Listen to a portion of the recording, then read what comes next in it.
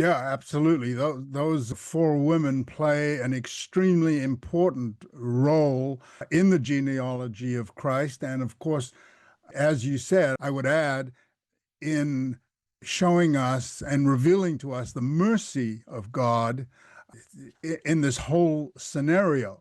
When you consider the story of Tamar, who is actually the daughter-in-law of Judah and presented herself as a roadside prostitute whom Judah proposed sex with. It's a horrible story Mm-hmm. in that sense. And I would have to say that this is not a God inspired story, or that God didn't inspire those events that took place between Judah and Tamar. And Judah later obviously recognizes his misbehavings in those situations. But the point is that I think we could say that it would be the serpent or the negative inspiration from Satan, the devil, being involved in that situation. And yet, out of it comes Phares and Zara Mm-hmm. and the line of Phares that leads to Christ.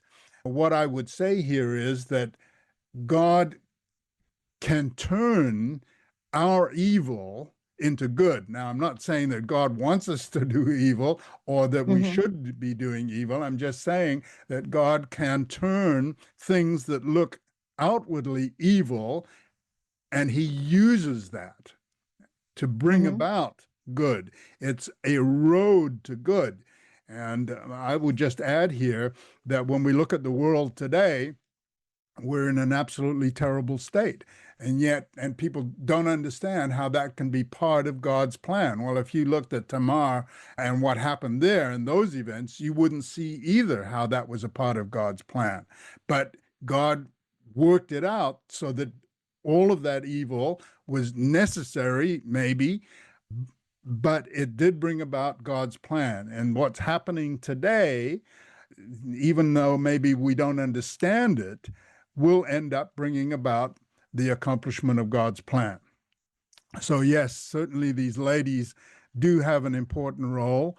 Uncover the mystery of Adam and Eve's nakedness. Unravel the ambiguous connection between the Hebrew term for naked and the serpent's subtlety. Join us for this free mini-course and gain a profound new perspective on biblical Hebrew. TheExplanation.com/naked